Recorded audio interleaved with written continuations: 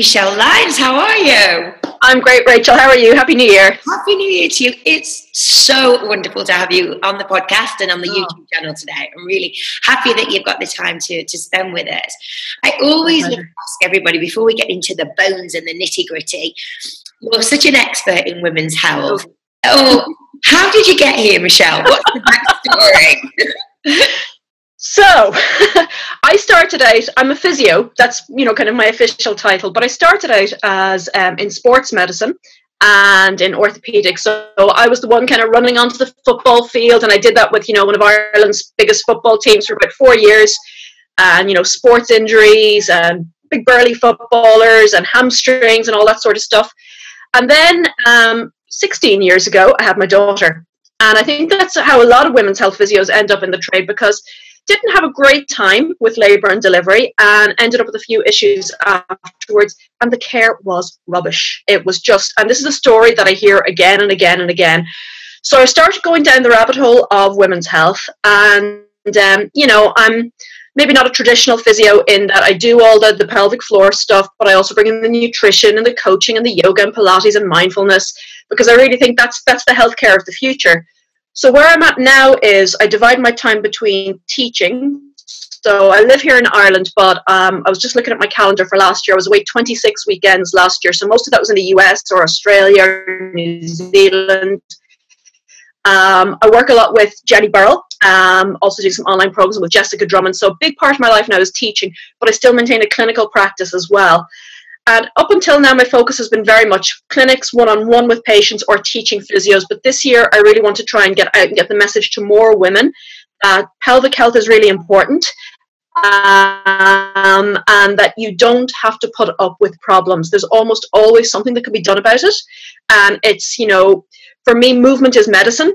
So I love partnering people like you and with Jenny and with Jessica, because I think if you can get the foundational aspects of healthcare right, so, your food, your movement, your mindset, and then you realize that, you're not the only one with a problem, that there's a solution out there. And I think we as women, we have to keep these conversations going with each other and empower women to reach out and ask for help, so we don't have to deal with things like leaking or pelvic pain or sexual health issues or bowel dysfunction.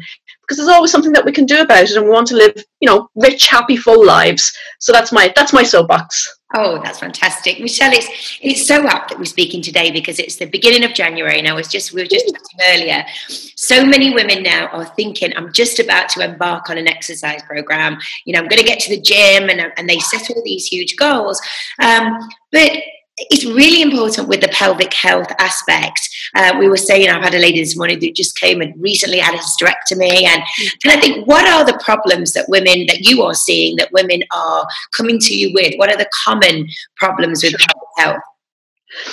Well, the biggest, most common one is leaking. Leaking when you cough or you sneeze or you jump or you run. And, you'd be amazed how many women just think, oh, I've had a couple of kids, I'm in my 30s or my 40s or my 50s or my 60s. That's normal, isn't it? Once you get kind of perimenopausal, everybody leaks a little bit. And, that, unfortunately, that also includes healthcare professionals in that mix. I see a large proportion of doctors and physios as patients in my practice. So the most important thing to realise is that leaking might be common. We know that 1 in 3 women in the UK and Ireland and in the US have some sort of pelvic floor dysfunction. So leaking is common, but it's not normal. Right. And there's always something you can do about it.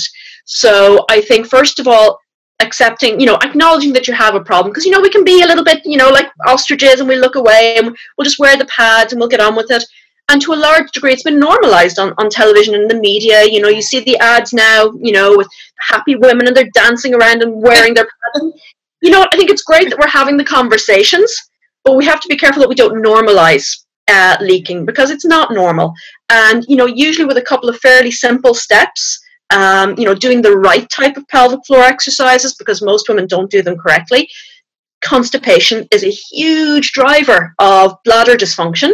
So bowel health is really important.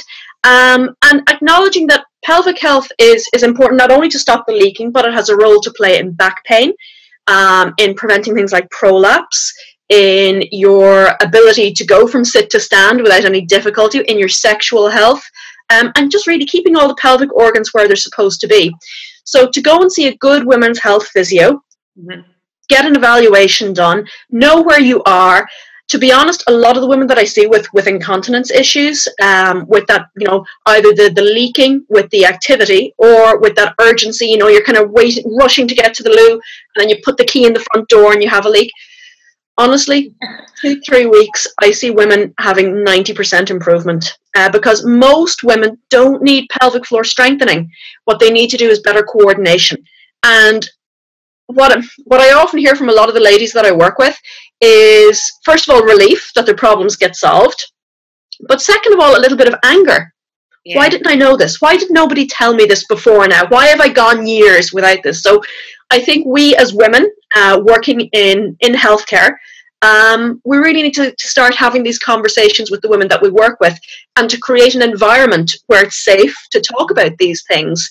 And that's why, you know, you were telling me about the lady with the hysterectomy who came to you this morning. That's fabulous that you have a safe place for her to talk to about things like that. Because for people like me, I mean, I talk about vaginas and the anus and bowels and sex. I talk about it all day, and sometimes I can forget that not everybody is like me and talks about these things. But I think to create a place where, first of all, the questions and the conversations are being had and asked, I think that's a really great place. And then to know what to do with that information as well.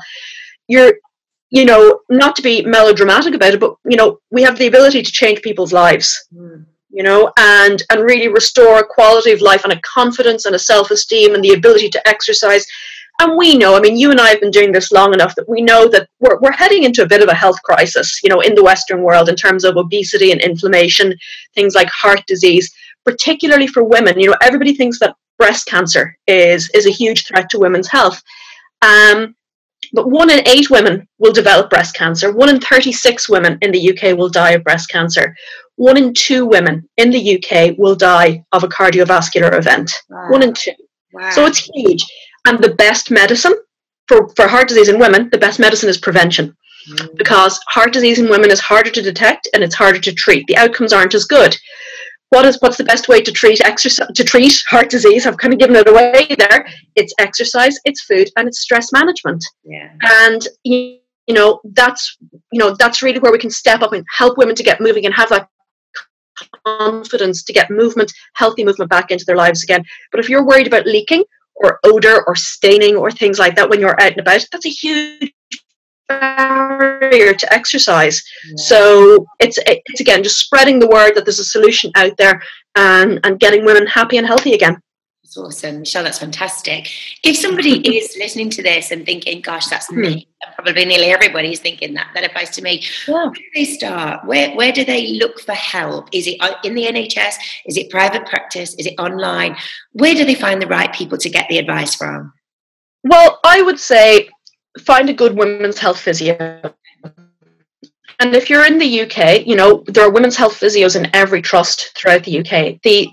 And they're free to see. A lot of trusts in the UK now, you can self-refer. You know, you can just reach out to the physio department and ask them if they've got a women's health physio, and you can refer yourself. The downside is there can be a bit of a waiting list. So the option of going private is out there as well if you need to be seen sooner. And what I'm seeing now in the UK is there's a growing number of women's health physios and fit pros working hand in hand. So you might see the women's health physio, first of all, get you on the right track, because not everybody needs pelvic floor strengthening. It's not all about tighten. Yeah. Some women actually need to down train. They've got an overactive pelvic floor, and they need more coordination and relaxation and rebuilding in that pathway. So it's to find out and have a tailored program that meets your needs. That's really good fit pro who knows about the pelvic floor, who understands core training in a healthful way. That's not going to challenge with poor lifting technique or poor aerobic or ballistic technique when we're doing transfers. Because women do need to do strength training. We need to load our bones. You know, again, I think another issue that we're starting to see more and more of coming down the line is osteoporosis. And everybody thinks, you know, little old ladies' problems. You know, you think of the Dowager in Downton Abbey, but we reach peak bone density when we're 30. Okay, that's it. That's as good as it's going to get. And after that, and especially when we start heading in towards perimenopause, that's when we start to see a decline. and quite a rapid one those first few years after menopause. But we know that specific exercise training can not only halt bone loss, but actually has the potential to reverse it. But it has to be done in a pelvic floor safe way. Yeah. So it's to get that right balance, and that's where I think working with leaders in the industry like you and like Jenny Burrell has really opened my eyes to the power of collaboration, because there's only a certain number of women's health physios. There's lots and lots of brilliant fit pros out there, and it's to keep these conversations going and realize we're all on the same side, and to have that collaborative spirit where we're working together to really lift everybody up, because I think that old cliche, isn't it? It's a rising tide lifts all boats. Yeah. So the more awareness we have, I think, as healthcare professionals, but also as women, I think we're serving a lot of good goals with that. Excellent. Looking at it from a preventative angle, then maybe some people listening to this are thinking, well, that's not applying to me, but potentially it could. Any tips for prevention, Michelle? Yeah, absolutely. The first thing, now, much to the horror of my teenage daughter, one of my most obsessive topics to talk about at dinner parties is constipation. Constipation is probably the biggest risk factor for pelvic floor dysfunction, because if you're straining to have a bowel movement every day, that's a huge downward pressure on your poor old pelvic floor. So having a good, happy, healthy bowel movement every day, really, really important. There's a free resource on my website. People can go, basically everything I've ever known that's worked for constipation. So I think everybody should aim to have a good bowel movement every day. So that'll be the first thing. The other thing that I think is really important is, your lifting technique, that you're not breath holding when you're lifting, that you're using, your glutes and your quads as the big powerful muscles they're designed to be, not pushing yourself down the arms of the chair, that you've got good lifting technique when you are exercising and you're working out, that you're working at a level that's appropriate for you, that you're not going to the bathroom just in case. Alfred Hitchcock said that the ideal movie is tailored to the endurance of the human bladder. So you should be going every 2 hours or so. Bladder can get a little irritable with that. So you want to make sure that you're spacing out your trips to the loo, that you're drinking enough water. And then, of course, that your pelvic floor muscles are happy and healthy, and that they're able to do what you need them to do in terms of, again, supporting the pelvic organs, keeping them where they're supposed to be, but also making sure that they're able to do their other jobs in terms of supporting your lower back and your pelvis as well. Love that. And on the other end of the scale, I know that I've got a lot of readers and viewers and listeners who are 60 plus. Now, if they are health conscious, but maybe thinking, oh, is it too late for me? Can I improve my pelvic health? Can I improve my bone density in my 60s? What would you say to those ladies? Do you know what I say? As long as you're above ground and as long as you're still drawing breath, absolutely. There's always room for improvement. I have women coming to see me in their 80s, Oh, wow. And I think, yeah, absolutely. And you know what? They do really well. They're motivated. Sometimes, we need to look at a little bit of maybe topical estrogen or things like that. I had a woman a couple of weeks ago, 83. She was having some sexual difficulties with her husband. At first of all, I'm like, yeah, good on you, girl. I want to be you when I grow up. But you know what? Just a couple of different, orthopedic issues, and we talked to her doctor about getting some topical estrogen. We talked about the correct use of lubricants. 2 or 3 sessions, she's back on track again. She's happy from all of her pelvic health angles again. It was a little bit of a mixture of a few different issues going on, but it's never too late.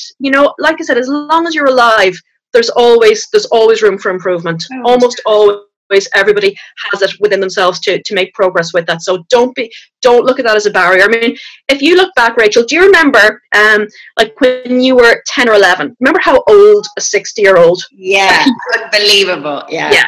Okay, the closer we get to 60, don't you think, 60's not so old? 60's the new 40, you know?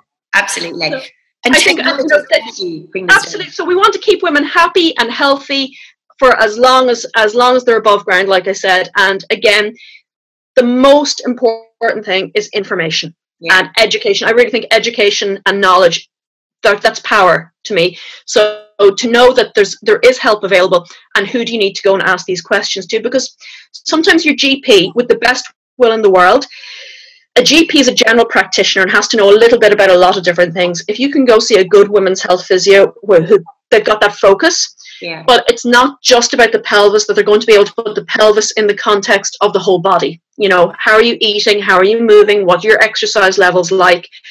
You know, what's your bowel function like compared to your bladder function, compared to your prolapse status, compared to your sexual health? And how can we make a program that's going to work for you instead of you working for the program? But it's about putting women back in charge of their own bodies again. This is wonderful. Fantastic information. Michelle, where can people find out more information about you and your services and everything that you offer? So on the 6th of January, so the 6th of January in Ireland is known as Women's Christmas. So it's Nollaig na Mán is what we call it here.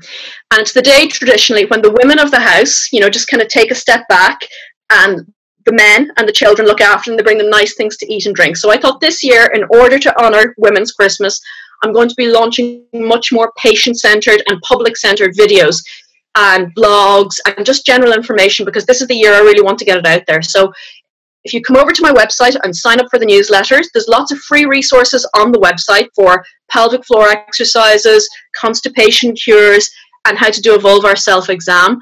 So if you download those, you'll be signed up for my newsletter, and the website address is celebratemuliebrity.com. So that's MULIEBRITY. And muliebrity is an old English word that means the art and state of being a woman, and I think that's something we need to celebrate. So celebratemuliebrity.com, and all the information will be there as of the 6th of January. Brilliant. I'll be driving everybody, all the Kickstarters, all the franchisees, everyone we know, over to your website, because those questions are the ones that we get asked pretty much. Constipation, hysterectomy, pelvic floor information. Yeah. When should women be going back to exercise after having a baby? That's so much that we get asked on a daily basis. So that's going to be great. So cool. Thank you. That's brilliant. Michelle, that's awesome. That's been a wicked interview. Lovely. Thank you very much. Anything else you want to ask? Any top tips? You know what? My